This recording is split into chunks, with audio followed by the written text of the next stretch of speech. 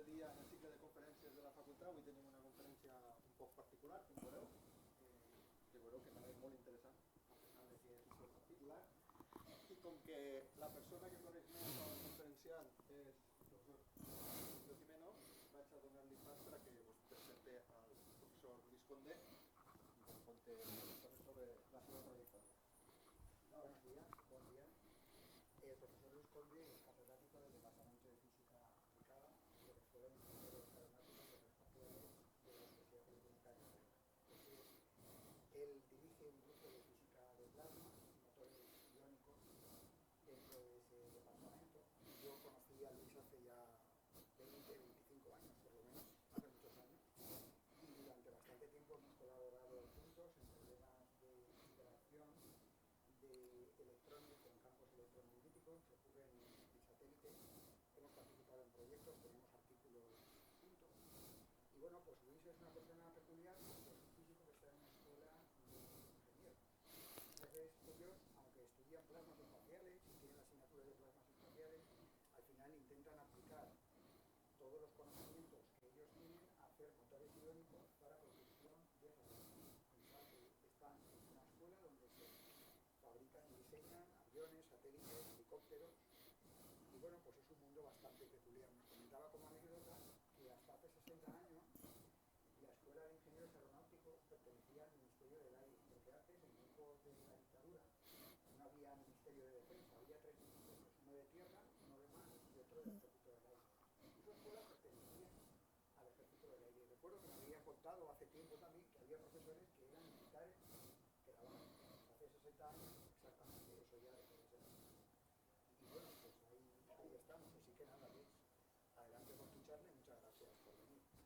Muchas gracias.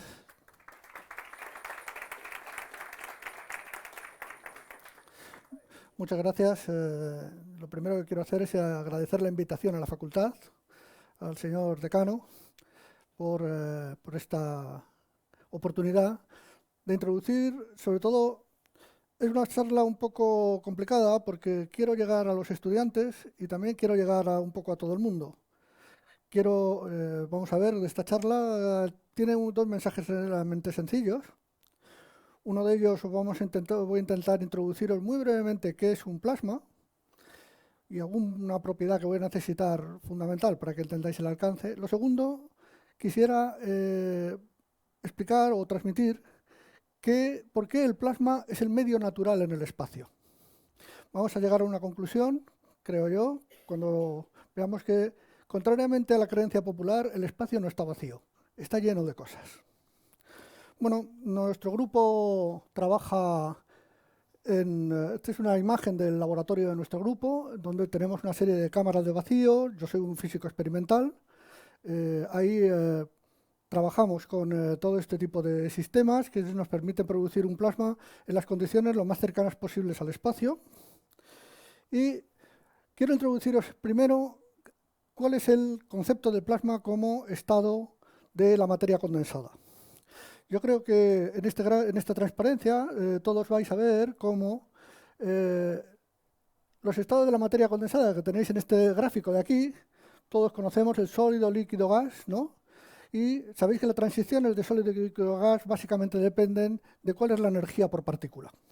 Es decir, a medida que incrementamos las energías por partícula se van rompiendo enlaces en el estado líquido puentes de Van der Waals, etcétera, etcétera. Bueno, si después del gas incrementamos todavía más la energía por partícula, podría llegar el momento en que dos átomos de gas colisionaran y uno de ellos perdiera un electrón en la energía de la colisión.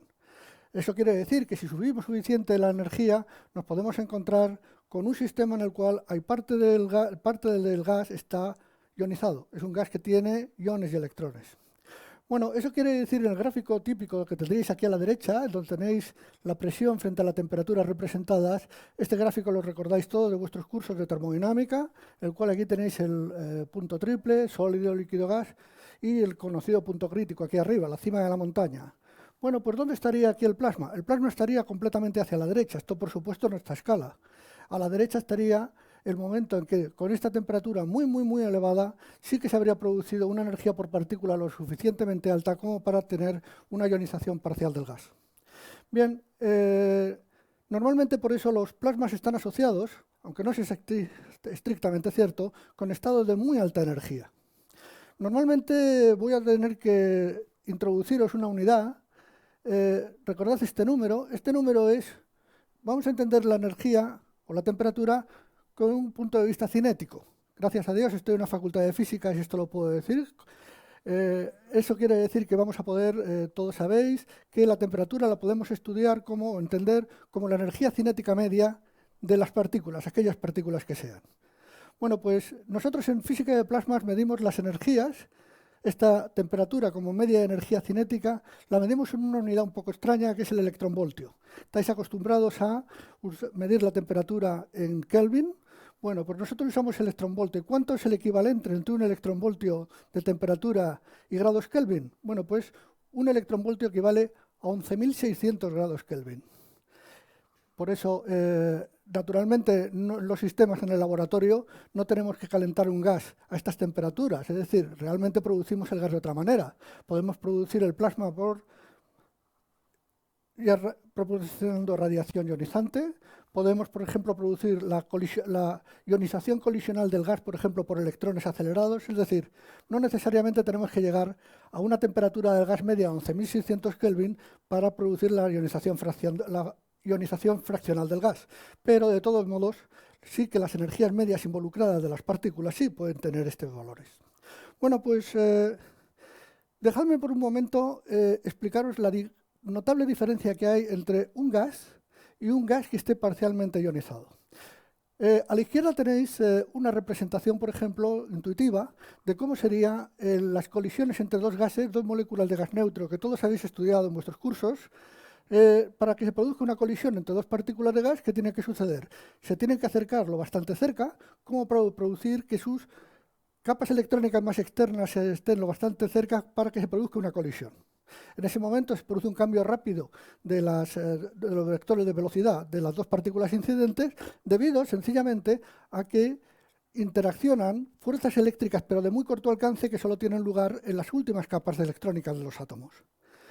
Eso quiere decir que si miráis el movimiento de un gas, por ejemplo, uno de estos puntos verdes dentro de su propio gas, entre colisión y colisión, como está aquí representado, las trayectorias van a ser líneas rectas, porque no hay ninguna fuerza aplicada. Por el contrario, ¿qué pasa en el momento que ionizamos parcialmente un gas? Bueno, en ese momento hay dos tipos de fuerzas. Por supuesto existen estas colisiones. Pero a estas colisiones hay que añadirles las de las partículas cargadas. Hay que añadir las partículas cargadas como serían los iones y los electrones, que también colisionan con los átomos neutros. Tenemos entonces tres especies, iones, electrones y átomos neutros, que todas colisionan entre sí. Pero las colisiones entre iones y electrones son de un tipo un poco más especial. Nosotros las llamamos de colisiones de Coulomb, porque lo que entra entonces en la colisión es la interacción electromagnética. Es decir, un electrón y un ion se ven a una distancia enormemente larga comparado con las colisiones moleculares tradicionales. Por eso, a estas colisiones que tengo aquí a la izquierda, las solemos llamar de corto alcance, porque necesitamos que las partículas se acerquen lo bastante como para que se vean sus capas electrónicas externas. Por el contrario, estas que tenemos a la derecha se llaman de largo alcance. Y fijaros lo que sucede. Un electrón, por ejemplo, que se mueve un poco, varía el campo eléctrico interno. Y por tanto, todos los electrones de la vecindad, aunque estén muy lejanos, son capaces de saber que ese electrón ha cambiado su estado de movimiento. De alguna manera está representado en este gráfico que tenéis acá. Aquí nos encontramos con que los puntos verdes siguen siendo átomos neutros, los puntos azules serían iones y los puntos rojos electrones. Por supuesto, un átomo neutro, como este que está pintado con una trayectoria verde, va a seguir moviéndose con líneas rectas, porque no siente el campo eléctrico interno. En cambio, estos electrones y iones, ¿qué ven? Ven un campo promedio microscópico. Ese campo promedio es el que hace una diferencia notable, porque ese campo promedio hace que las colisiones a larga distancia pueden llegar a ser dominantes. Bueno, creo que he llegado al punto en el cual podéis definir qué sería un plasma. Un plasma es el estado de la materia condensada en el cual vamos a encontrarnos iones y electrones. Está aquí representado de alguna manera Y quiero llamaros, esta fotografía que tenéis a la izquierda es una fotografía tomada en nuestro laboratorio de un plasma de argón. Lo que veis ahí en medio es uno de los elementos que usamos para detectar cuáles son las propiedades físicas de este medio. Ese color azul anaranjado, azul rojizo, es típico del argón, que corresponde a una transición de determinados estados producida por las colisiones de los electrones, que lo que hacen es excitar un nivel de energía y luego al relajar el fotón que se emite, el conjunto de fotones, porque son varios estados, se encuentran dentro de un rango que da lugar a esta luz de color anaranjado. Bueno, lo primero que tenemos que decir es que un plasma puede ser total o parcialmente ionizado. Podría suceder, de hecho sucede, por ejemplo, en los plasmas de fusión, que la cantidad de átomos neutros es cero. En este caso, solo tenemos colisiones de largo alcance. Y todas las partículas son capaces de ver ese campo promedio del que estoy hablando. A la izquierda tenéis un plasma parcialmente ionizado. La diferencia son estas bolitas blancas que he pintado aquí. Estas bolitas blancas serían los átomos neutros. Si calculáis el número de bolitas rojas y blancas que hay dentro de cada Q, que tiene esta distancia de la característica lambda d, vais a descubrir que son exactamente las mismas. Lo he hecho intencionadamente y lo que quiere decir es que existe una distancia lambda d, que vamos a llamar longitud de Debye, en la cual el número promedio de cargas positivas y negativas por unidad de volumen es exactamente el mismo. Eso quiere decir que el campo promedio eléctrico sobre esta longitud de Debye es nulo. No quiere decir que tenemos partículas cargadas. En resumen, tenemos cargas positivas aproximadamente igual a las cargas negativas y de ese modo el campo eléctrico promedio sobre la longitud de Debye es nulo. La longitud de Debye viene a ser como el píxel en el plasma. Bueno, sucede pues que llamamos a esta propiedad cuasi neutralidad. El plasma no es que sea eléctricamente neutro, es que el número de cargas positivas es aproximadamente igual al de las negativas por unidad de volumen. Pero eso hace que este medio a su vez responda a campos electromagnéticos externos. Si le intentáis mover con un imán o con cualquier campo externo, vais a descubrir que todas estas cargas se mueven. Y es más, como existe esta interacción a larga distancia, cada vez que producís en un punto del plasma una perturbación, esta se está vista desde muchos sitios muy distantes. Es decir, en la respuesta a una perturbación externa, este sistema responde colectivamente. Existen muchas partículas involucradas. Bueno, evidentemente hoy en día hay plasmas multicomponentes. Podéis imaginaros que pueden tener una composición química diversa, en el cual se ionizan parte de los átomos de un tipo o de otro. También unos plasmas en el espacio muy importantes se llaman dusty plasmas o plasmas granulares. ¿Por qué? Porque lo mismo que cuando jugáis vosotros con una hoja de papel y un bolígrafo, capturando trocitos de papel, porque habéis ionizado, habéis dado un pequeño campo eléctrico a un bolígrafo, al plástico de un bolígrafo, la radiación ultravioleta en el espacio ioniza en parte granos de polvo que existen allí. Esos granos de polvo también contribuyen a este campo promedio. Ese campo promedio, entonces, lo que hace que esos granos de polvo entran en la dinámica del sistema. Lo vamos a dejar aquí de momento y me vais a decir, ¿cuántos plasmas existen en la naturaleza? Bueno, hay muchos. Hay de todo esto. Este diagrama se intenta introduciros cuál es el tipo de plasmas que hay. No son tan todos, pero sí que están muchos. A la izquierda, ¿qué tenemos? ¿Cómo se os ocurriría caracterizar un sistema como este? Lo primero que todos creo que tendréis en la cabeza es el número de cargas por unidad de volumen, ¿verdad? Sabemos que van a ser iguales sobre una escala de longitud de Debye, pero tendrán un cierto valor. Y ese valor sí es el mismo para iones y electrones, porque si no fuera igual, habría un campo eléctrico muy intenso que nos sacaría el sistema del equilibrio. Lo segundo, creo que todos recordáis vuestros cursos de termodinámica, en los cuales os explicaron que la temperatura es una variable termodinámica del sistema, ¿no? Podemos imaginarnos que esto es una variable termodinámica o bien una energía cinética media de todas las partículas en el equilibrio. Bueno, aquí tenéis representado, fijaros, el problema de la física de plasmas es que cuando uno habla de trabajo en física de plasmas tiene que darle un apellido. Es lo mismo que cuando uno trabaja en física de estado sólido. ¿En qué trabajas en estado sólido? ¿Trabajas en conducción? ¿Trabajas en propiedades ópticas? ¿En qué? Pues si os dais cuenta, estas densidades que hay acá, este eje es logarítmico, y a la izquierda hay 25 órdenes de magnitud en el valor de la densidad.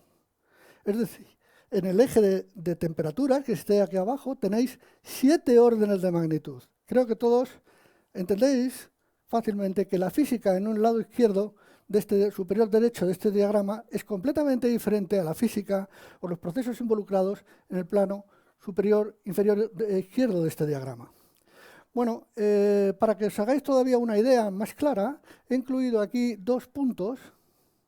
El primero corresponde al agua, a temperatura ambiente. El agua a temperatura ambiente tiene una densidad de 10 a la 22 partículas por centímetro cúbico y una temperatura de 0,025 electronvoltios. Eso, 0,025 electronvoltios son exactamente 300 Kelvin. Y si os fijáis, el aire a temperatura y presión normales tiene una densidad de partículas de 10 a la 19. Es decir, hay un factor 1000 de uno a otro. Bueno, pues creo que todos percibís que si aquí hay 25 órdenes de magnitud en la escala, quiere decir que esas energías son realmente, la física es muy complicada y no tendremos los mismos procesos en un lado que en el otro. Lo mismo sucede en el campo de energías. Fijaros que, por ejemplo, un reactor de fusión que tengo acá va a estar trabajando o tiene que trabajar en algo así como 10 a la 4 electronvoltios. Es decir, la temperatura del material en el reactor son 10 a la 4 por 11.600 y os da la temperatura en Kelvin. Es una cosa descomunal. Las temperaturas, por ejemplo, en los plasmas en los que me interesan a mí, se encuentran en este lado exterior izquierdo y que están en el orden entre 1 electronvoltio o 10 a la menos 2 electronvoltios. Por ahí andan. Aquí tenéis la ionosfera, los tubos de descarga, todos los anuncios que conocéis están por aquí porque son plasmas de descargas eléctricas. Por ejemplo, aquí tenéis unas fotos típicas de descargas que os habéis encontrado alguna vez en la vida. A la izquierda, pues hoy en día se utiliza el plasma para muchas cosas. Se utiliza, por ejemplo, para cortar metales con facilidad. Lo podéis comprar ese equipo tranquilamente en una ferretería. También podéis encontrar el plasma desde los años 20 del pasado siglo XX. Pues se utiliza en descargas eléctricas para hacer anuncios. O, por ejemplo, ahora veremos por qué en el espacio está lleno de plasma. Esto es un ejemplo de una corona solar. O, por ejemplo, hoy en día estamos trabajando para conseguir la temperatura, energía de forma de fusión termonuclear controlada. Bueno, esto es un ejemplo, una foto del interior de un reactor de fusión. Bueno, y ahora voy a concentrarme en cuáles son un par de detalles más. Como, insisto, gracias a Dios estoy en una facultad de físicas y puedo hablar de estas cosas. ¿Qué sucedería? Hasta ahora ya tenéis vuestras partículas metidas en una caja, electrones y iones, ¿de acuerdo? Y tiene que haber un número de electrones igual al número de iones. Y vamos a suponer que la escala del problema es muchísimo más grande que esa longitud de Debye. Es decir, estamos hablando de un sistema uniforme. Bueno, ¿qué sucedería si en ese sistema sopláis? Ahí se tiene que producir una perturbación, ¿no? Tiene que haber dos tipos de perturbaciones. Aquí hay una de ellas. Por ejemplo, ¿qué sucedería si localmente cambia un poquito la densidad de iones y electrones? Si eso es así, como veréis en este gráfico de abajo, el campo eléctrico entonces se tiene que producir, porque recordad, la divergencia del campo eléctrico es igual a la densidad de carga partida por epsilon sub 0. Esa densidad de carga entonces es distinta de 0 y aparece un campo. Ese campo es una fluctuación fuera del equilibrio. Bueno, pues es como si aquí de alguna manera tuvierais la piel de un tambor.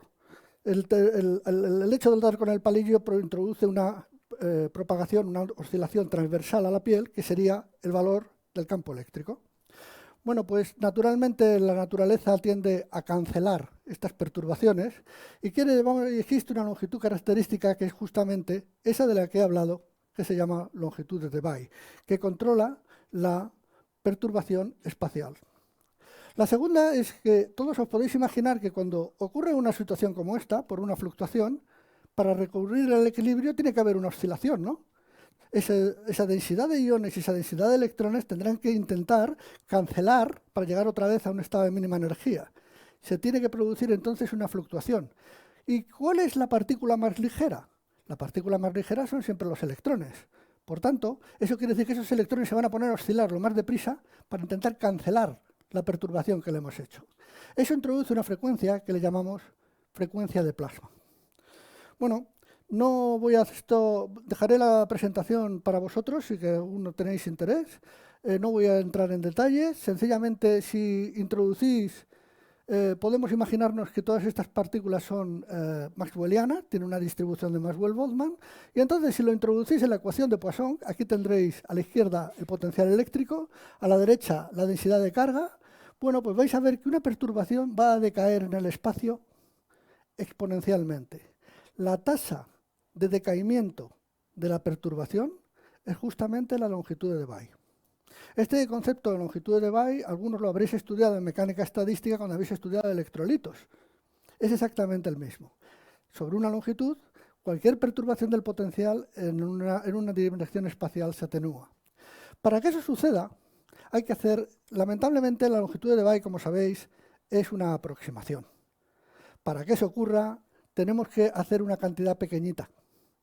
Y esa cantidad pequeñita es el potencial eléctrico de la perturbación sobre la energía cinética media. Es decir, para que exista perturbación, para que exista apantallamiento de Debye, tiene que suceder que la energía potencial sea mucho menor que la energía cinética. En otras palabras, que domine la energía cinética de las partículas. Eso conecta con esos estados de alta energía. No podemos tener sistemas ligados. Bueno, pues si hacéis un cálculo, como digo, que no es demasiado complicado, podéis hacer utilizando el teorema de Gauss, pues podéis ver que vais a llegar a una ecuación para la oscilación de los electrones. Aquí esta figura es la más complicada de entender. Se supone que debajo de esta superficie azul hay un plasma, arriba no. Y si estas bolitas azules, que son mis electrones, saltan un grupito de electrones, ¿no? Ese grupito de electrones generará un campo eléctrico. Justamente intentará del campo eléctrico devolverlos a su estado de equilibrio. Es decir, encontraréis una ecuación en la cual del oscilador armónico, en las cuales aquí os vais a encontrar con una frecuencia. Cuidado, esta frecuencia es interesante, solo depende de la densidad. Es decir, los electrones van a intentar ponerse a oscilar a esta frecuencia llamada frecuencia de plasma. Fijaros que esto nos da dos cosas muy importantes en física. Por un lado, una escala de longitud, la longitud de Debye. Lo segundo, una escala de tiempo. La mínima escala de tiempo está asociada con la frecuencia de plasma. Si repetís el argumento para los iones, vais a tener exactamente lo mismo. Y aquí tendréis entonces una frecuencia de plasma electrónica y una frecuencia de plasma iónica. Pero como resulta que la masa del electrón es mucho más pequeña que la del ion, hay dos escalas de tiempo. Los electrones son muy rápidos, inmediatamente intentan cancelar las cosas, y los iones son muy lentos frente a la escala de movimiento de los iones. Esto quiere decir que estudiaréis alguna vez en física de plasmas. Podéis considerar dos escalas de tiempo. Una de ellas en las cuales el fondo de iones está inmóvil, porque mi escala de tiempo es mucho más rápida, y otra en que puede suceder al revés. Los iones son también móviles al mismo que los electrones. Bueno, y existe una tercera longitud característica. Todos os podéis imaginar qué es lo que pasa cuando metemos un campo magnético, ¿no? Las partículas se van a poner a hacer espirales alrededor de las líneas de campo. De nuevo estamos en las mismas. Si resolvéis la ecuación de movimiento, vais a encontrar con que existe una para los electrones y otra para los iones. Y eso depende también de su masa. Es decir, que existirá una longitud, una magnitud del campo eléctrico en la cual los electrones giran muy rápidamente, giran alrededor de la línea, pero los iones tienen un radio de giro mucho más grande que el tamaño del sistema que estamos estudiando. Y por tanto hablamos de electrones magnetizados y iones no magnetizados. Los tokamaks y todos estos dispositivos que tienen unos campos magnéticos tan intensos, en esos no. En esos dos están magnetizados tanto los iones como los electrones. Porque para confinar los iones, ¿qué tenemos que hacer? Tenemos que hacer que ese radio de giro sea menor que el diámetro del tubo del tokamak, por ejemplo. Bueno, con esto, si habéis seguido estas ideas, os hacéis una idea de cuál es el entorno en que nos movemos en física de plasmas. ¿Dónde se os ocurre que va a haber plasmas en nuestro mundo? El primero, el Sol, ¿verdad? Allí hay estados de toda la energía que queramos. El Sol es, yo no soy experto en física solar, existen muchos sistemas en los cuales este Sol está produciendo bien ondas electromagnéticas, bien materia, que es expulsada del Sol por ser un montón de distintos mecanismos. La magnitud de estas emisiones de luz es gigantesca. No nos hacemos bien a la idea. Por ejemplo, esta foto que hay aquí está tomada por un satélite que está en órbita cerca del Sol, en lo que se llama un punto lagrangiano. Este punto es un punto en el cual no hay fuerza de atracción, de tal manera que ahí puede permanecer el satélite casi indefinidamente. Este punto de aquí es que sencillamente para evitar la luz directa del Sol le han puesto a la cámara un disco, como veis. Se trata de evitar que el mecanismo de la cámara quede saturado por toda la luz que viene del Sol. Y estáis viendo aquí una llamarada de emisión de luz. Todo esto es materia expulsada por el Sol en una de sus muy comunes, que ocurren todos los días, actividades. Bueno, este punto brillante que tenéis aquí, ¿sabéis lo que es? El planeta Venus. Está iluminado indirectamente por el Sol y podéis ver que el tamaño de esta llamarada llega hasta la órbita de Venus. Es decir, nuestro Sol es una estrella enormemente activa y está emitiendo continuamente materia. ¿Y cuál es el resultado? El resultado, esto ya es un poco más complicado de ver, es que estas líneas, esta expulsión de materia genera algo que conocéis todos como el viento solar. Para que esta materia pueda escapar del campo gravitatorio solar tiene que tener una energía muy elevada, entre 0,5 y 10 kiloelectronvoltios.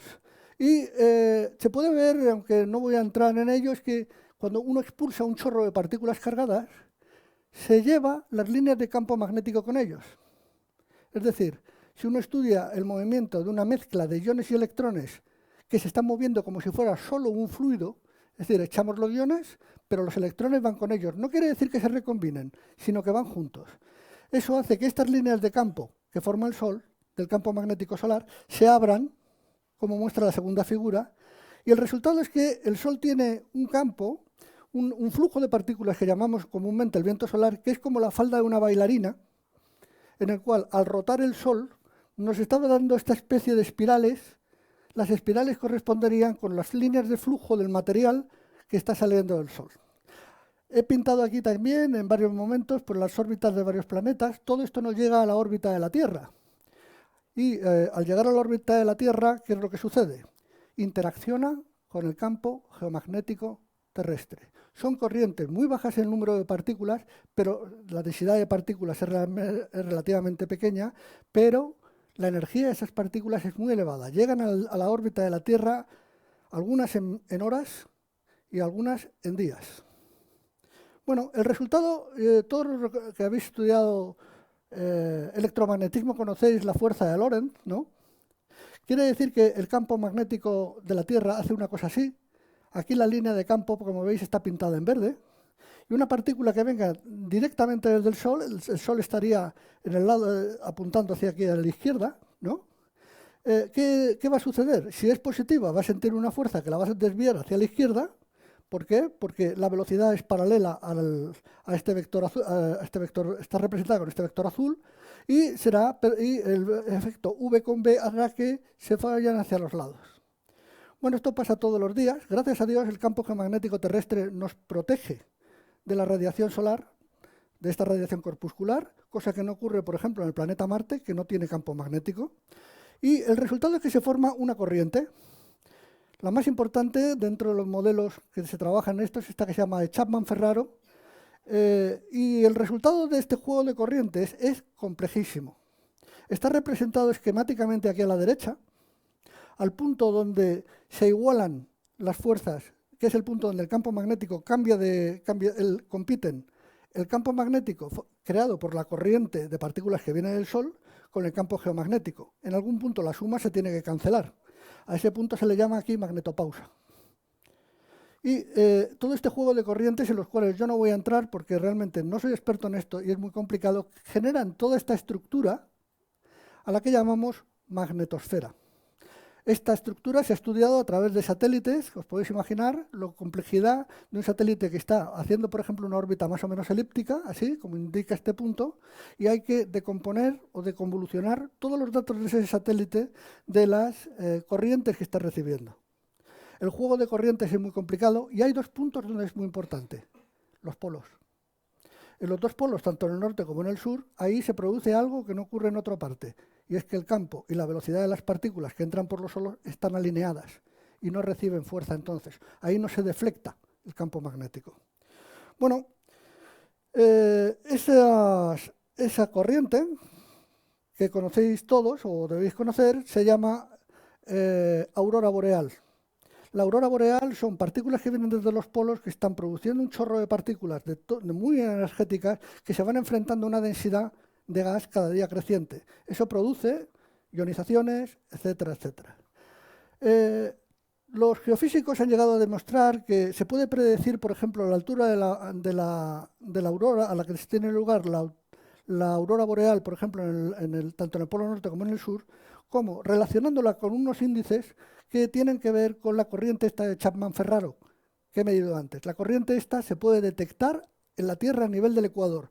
Cuando el Sol suelta un gran número de partículas, toda esta estructura de la magnetosfera se comprime y las corrientes que se reciben a la altura del ecuador se detectan como más altas. Eso da lugar a estos índices que permiten predecir de un modo bastante razonable cuál es la aurora boreal. Bueno, si bajamos todavía un poco más debajo de las magnetosferas que nos encontramos con los cinturones de Van Allen. Estos cinturones de Van Allen son, sin entrar en demasiados detalles, cuando tenéis una estructura en que las líneas de campo magnético son como una banana, bueno, se puede ver que algunas partículas pueden quedar atrapadas, pero desde Van Allen se han hecho transmisiones, en concreto esta es la misión que se llama misión Van Allen, el nombre de ellos, para intentar de nuevo encontrar cuál es la estructura de estos campos, de estas concentraciones de partículas. Van Allen detectó esto sencillamente porque en uno de los primeros vuelos con un satélite muy pequeño, de 2 metros de largo, el Explorer, sencillamente metió dentro un contador de partículas, un contador Geiger. La sorpresa fue que el contador Geiger, cuando daban determinadas órbitas, marcaba radiación.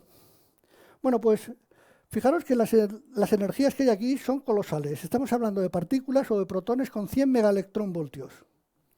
O estamos hablando, hay dos, uno más interno y otro más interno. En el más interno son protones y electrones. Los electrones están en unos 100 keV y el más externo es sobre todo con electrones. Se ha descubierto esta misión Van Allen ha descubierto un tercer cinturón de radiación que no se había visto antes, donde parece ser que está compuesto por electrones ultrarrelativistas. Y si bajamos todavía un poco más en nuestro camino desde el Sol hacia la Tierra, aquí me encuentro lo que nos preocupa a la gente que trabajamos en ingeniería, próximos a la ingeniería aeroespacial. Aquí tenéis representados entre 100 y 1000 kilómetros de altura sobre la Tierra cuál es la densidad de partículas, es decir, el número de partículas por unidad de volumen. Bueno, primero, evidentemente, tiene que haber una densidad de electrones, que está pintada aquí en rojo, y a la izquierda tenéis toda la serie de iones que podemos encontrar, iones y combinaciones de los mismos que podemos encontrar por producción de partículas cargadas debido a la radiación que viene del Sol, que es corpuscular, partículas de alta energía, y también radiativa, es decir, luz ultravioleta, etcétera, etcétera. Bueno, fijaros que esta densidad que hay acá son 10 a la 5 partículas por centímetro cúbico. Es decir, 100.000 partículas por centímetro cúbico. Decir que ahí arriba no hay nada es un poco... En fin.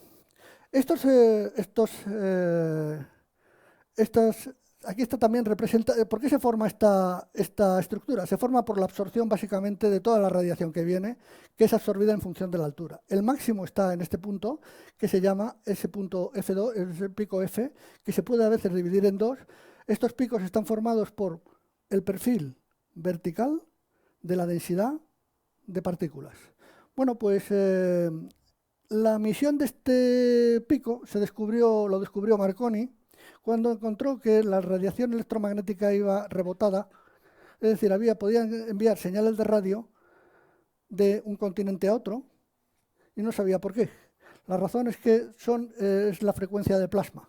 Esta frecuencia de plasma detecta cuál es la densidad, depende de la densidad, y el pico F, este que tenemos acá, es el que da la densidad más alta, y este pico lo que determina es que todos los que habéis estudiado, un plasma por supuesto es un medio eléctricamente conductor, y todos los habéis estudiado que cuando en un conductor entra una onda electromagnética es absorbida o reflejada, ¿verdad? A lo largo de una cierta profundidad. Pues esa es la misión de este pico F. Es decir, por eso todos los satélites, cuando queremos comunicar con un satélite, estamos trabajando siempre en el rango del gigahercio, porque tenemos que superar la reflexión estratosférica que nos da la ionosférica que nos da este pico F. Y bueno, todo esto se hace una idea de por qué ya hablamos ahora del tiempo espacial. Según el estado del Sol, eso depende, el número de partículas cerca de la Tierra va a variar. La estructura, esta que llamamos magnetosfera, se comprime o se expande. Y como veis, vivimos en un planeta donde hay un equilibrio muy delicado.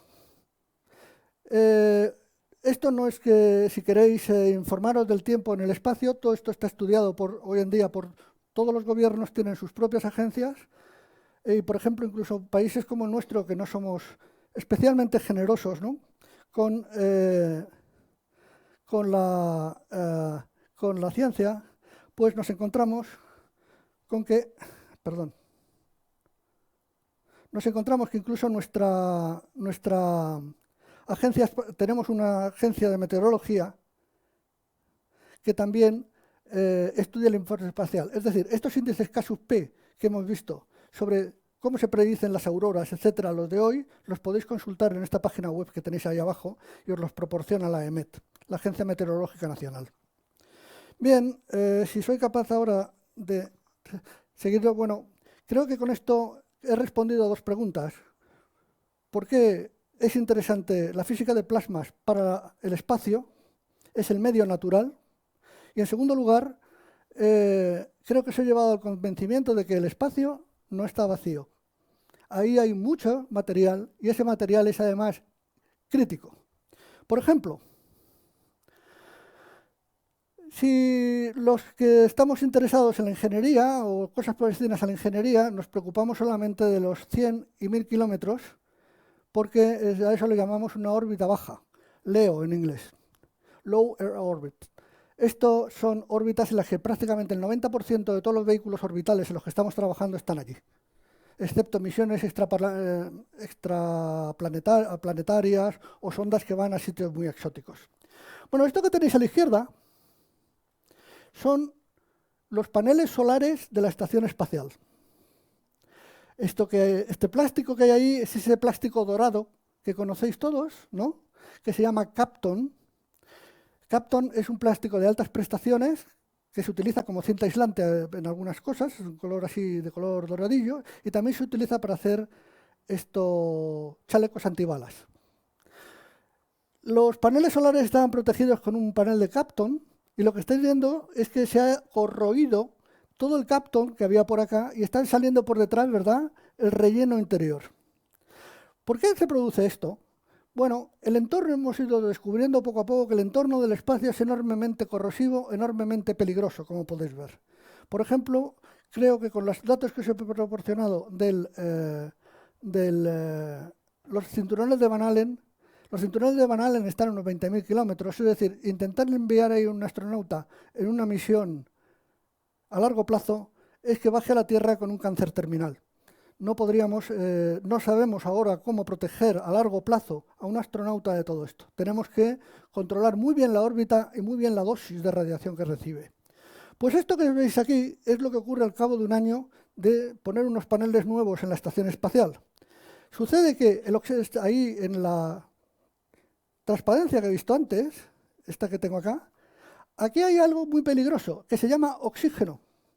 Esto es oxígeno 2 con una ionización, esto es oxígeno sin ionizar, oxígeno atómico y oxígeno molecular, como recordaréis de vuestros cursos de química. ¿Qué ha pasado aquí? Pues lo que ha pasado aquí es que la velocidad orbital es de unos 7 kilómetros por segundo, entre 7 y 8, a los 90 kilómetros de altura. A los 90 kilómetros de altura, con 7 y 8 kilómetros por segundo, esta estación está viendo todas estas moléculas de oxígeno que le vienen de frente. Esas moléculas de oxígeno tienen el equivalente a 5 electronvoltios de energía. Es decir, pueden producir aquí una reacción química sencillamente impactando. El resultado es que el Kapton no dura porque está corroído por el oxígeno. Estos paneles, esta foto es oficial de NASA y esto es una... También sucede que si una molécula, por ejemplo, de nitrógeno golpea la superficie de un satélite, la energía es suficiente para excitar niveles elevados de sus capas electrónicas. Y eso hace que ese satélite, por ejemplo, emita luz en determinados rangos. Es un problema si vais a diseñar, por ejemplo, un telescopio o vais a diseñar un objeto que quiere medir luz.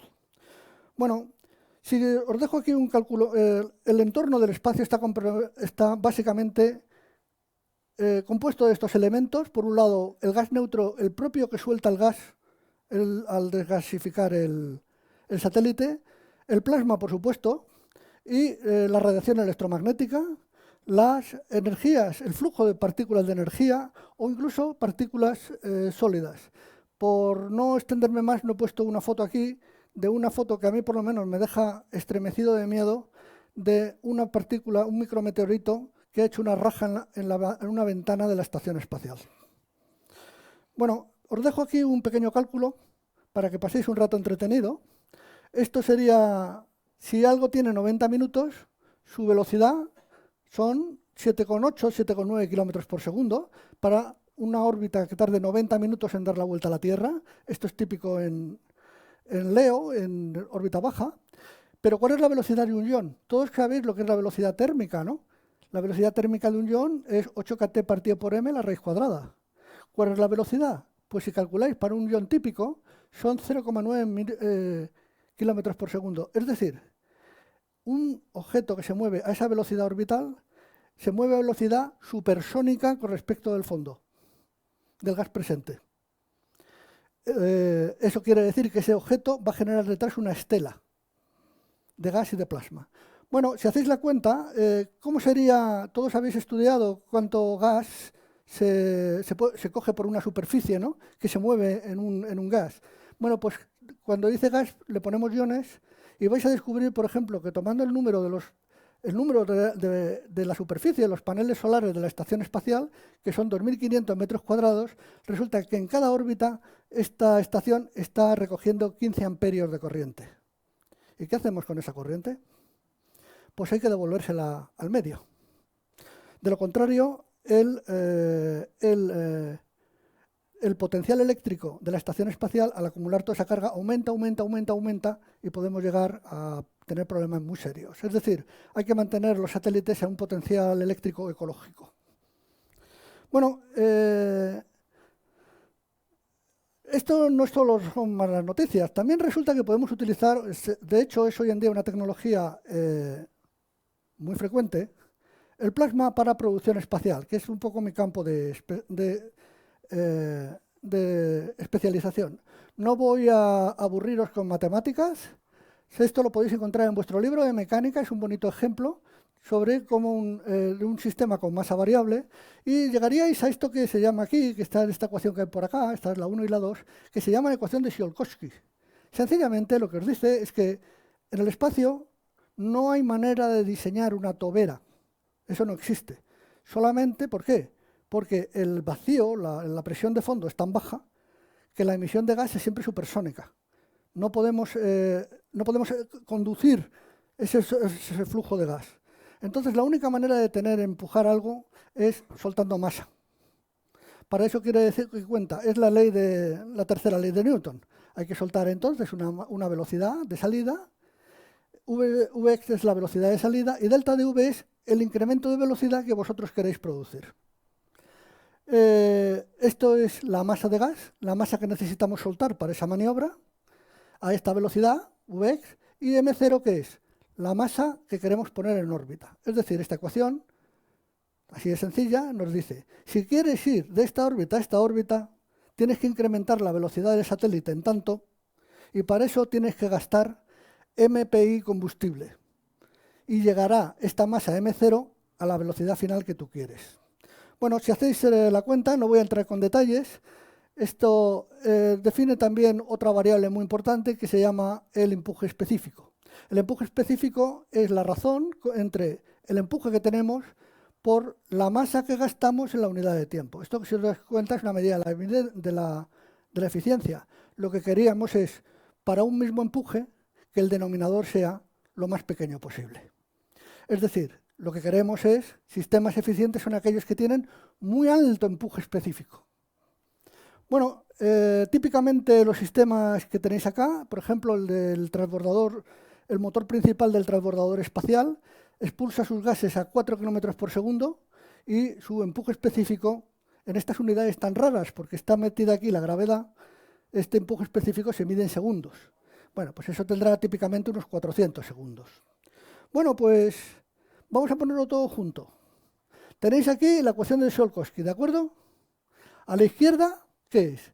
La velocidad necesaria para efectuar una típica maniobra en el espacio.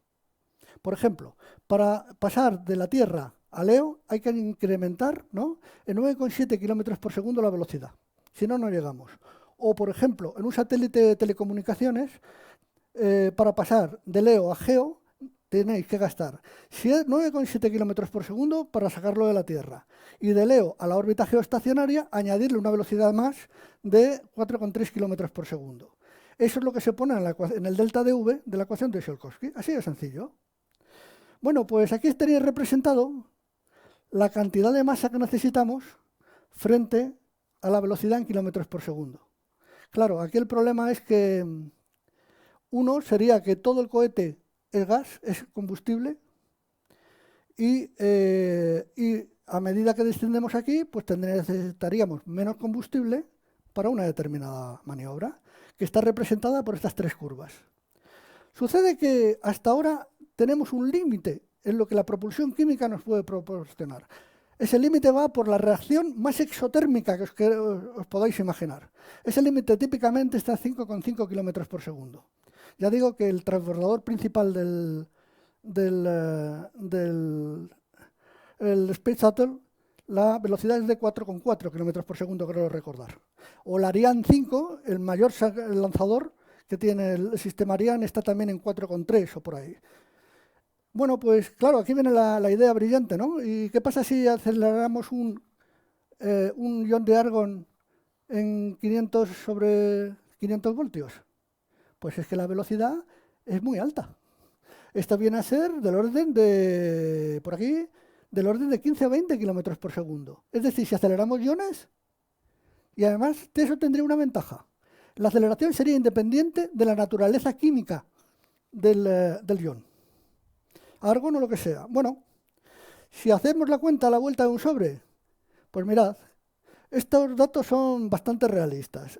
Por ejemplo, tenéis un incremento de Geo a una órbita geoestacionaria y queréis incrementar, para eso hace falta incrementar en 1,5 km por segundo la velocidad del satélite, para alcanzar esa órbita tan alta. Bueno, y el satélite imaginemos que pesa 1 tonelada, 1000 kilos.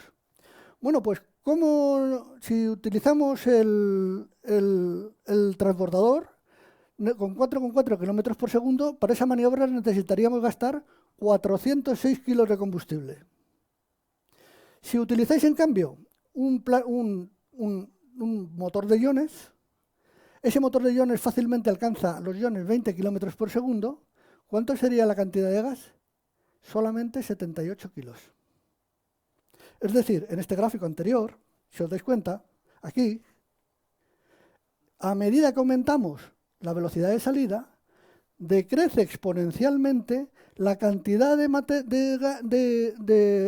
combustible que necesitamos para una cierta maniobra.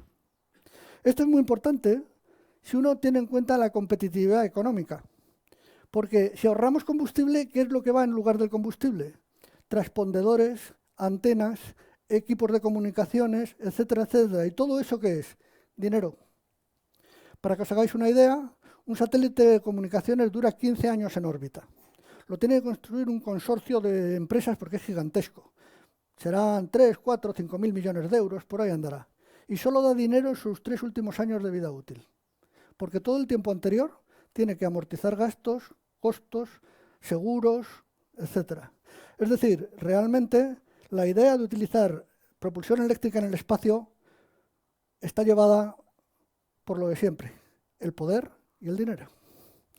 Bueno, ¿y cómo sería el tiempo que se puede usar un satélite? Se le llama impulso total. Quiere decir, el tiempo que lo puedo mantener encendido. Aquí vamos a comparar dos cosas. Estos dos datos son ciertos, son de dos equipos fabricados por Safran Snecma. El primero es el Vulcain, es la primera etapa del lanzador Ariane 5. Y el segundo se llama PPS 1350, que es un motor por plasma. Por ejemplo, el Ispasat lleva un motor parecido a este.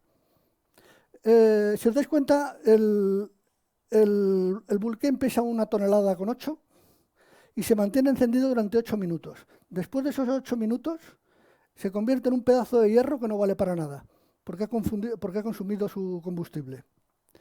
Bueno, pues con esto se consigue un empuje total de unos 6 por 10 a la 5 newton por segundo. Son unidades extrañas, ya lo sé. Y esto necesitáis para hacer esta operación, os va a consumir 113 toneladas métricas de combustible. El PPS 1350 tiene una ventaja. Mirad, esto es un impulso específico de 400 y esto es 1600. Pero lo puedo mantener encendido 5000 horas. ¿Estas 5000 horas en qué se gastan?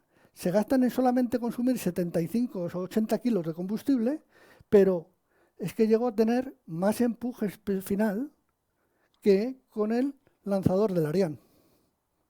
Es decir, realmente este ejemplo es un poco tramposo porque sin este motor, el segundo, el motor por plasma, no lo podemos hacer funcionar a nivel de la Tierra. Necesitamos subirlo arriba. Pero os hace una idea de cómo realmente es necesario, puede ser competitivo. ¿Por qué? Por el tiempo que mantenemos encendido el motor. Bueno, pues, ¿y cuánto empuje se saca? Bueno, pues mirad, de nuevo os dejo este cálculo para vosotros, el que lo quiera hacer. Cogéis un sobre y calculáis cuánto es la fuerza que os da soltar un ion de masa m a través de una diferencia de potencial. Es un cálculo que podéis hacer en incluso los que estáis en los primeros cursos, ¿no? Bueno, aquí tenéis representado el empuje, que fijaros es milinewtons. Soltar un amperio de argón, un amperio de xenón, a 1500 voltios os va a dar 64 miserables milinewtons en el mejor de los casos. Si usáis argón, 36, por la masa de la molécula. El xenón son 132 y el otro son 66. Bueno, quiere decirse que los empujes que se consiguen con estos juguetes son realmente pequeños, más que nada porque no sabemos cómo manejar altas corrientes, cómo ionizar de modo más eficiente. Bueno, ¿y qué pinta tiene todo esto? Bueno, vamos a ver ya para acabar dos cosas. Que es, hoy en día no solo se habla de por plasma, existe todo un conjunto de sistemas de propulsión eléctrica, que básicamente lo que hacen es consumir energía eléctrica y la transforman en energía cinética de un propelente, de algo que lanzamos. Bueno, la ventaja que tienen es que aquí no dependemos de la naturaleza química del combustible. No hacen falta almacenar productos químicos súper reactivos y súper complicados. Bueno, hoy en día esto no es nada nuevo. Existen distintos tipos de plasmas en el espacio, de motores en el espacio. Por ejemplo, los hay electrotérmicos, electrostáticos, electromagnéticos. El principio es el de los electrotérmicos, es aumentar la velocidad del gas que expulsamos subiendo su temperatura. Eso es evidentemente menos eficiente que, por ejemplo, usar un campo eléctrico estático para acelerar esos iones a una determinada velocidad. O, por ejemplo, existen algunos sistemas que lo que hacen es hacer unas líneas de campo magnético, los iones quedan atrapados en las líneas de campo magnético para producir la aceleración, como si fuera una tobera. Eso se llama una tobera magnética. O, por ejemplo, se produce un tipo de corriente que es acelerado por el efecto de V por B, es decir, el efecto de la fuerza de Lorentz. Bueno, ya para acabar, pues como digo, aquí tenéis, por ejemplo, un ejemplo de un propulsor electrotérmico funcionando, es el de la izquierda, funcionando entre una cámara de vacío. Básicamente lo que se hace es, en estos dos modelos, es usar la electricidad para por dos modos distintos aumentar la temperatura del gas. Y al aumentar la temperatura del gas se aumenta la velocidad de escape. Otro ejemplo, el que se os ocurriría a todos, es tener dos rejillas paralelas, ionizar el gas y con dos rejillas paralelas acelerar, ¿no? Un flujo de iones. Esto se utiliza desde los años 60 y se le llaman motores iónicos de rejillas. Esta es una foto de uno de ellos, que es el que está en el cartel. Este motor está ahora volando con la misión Bepi Colombo camino del Sol. Es una misión también de exploración que estará cerca de Mercurio.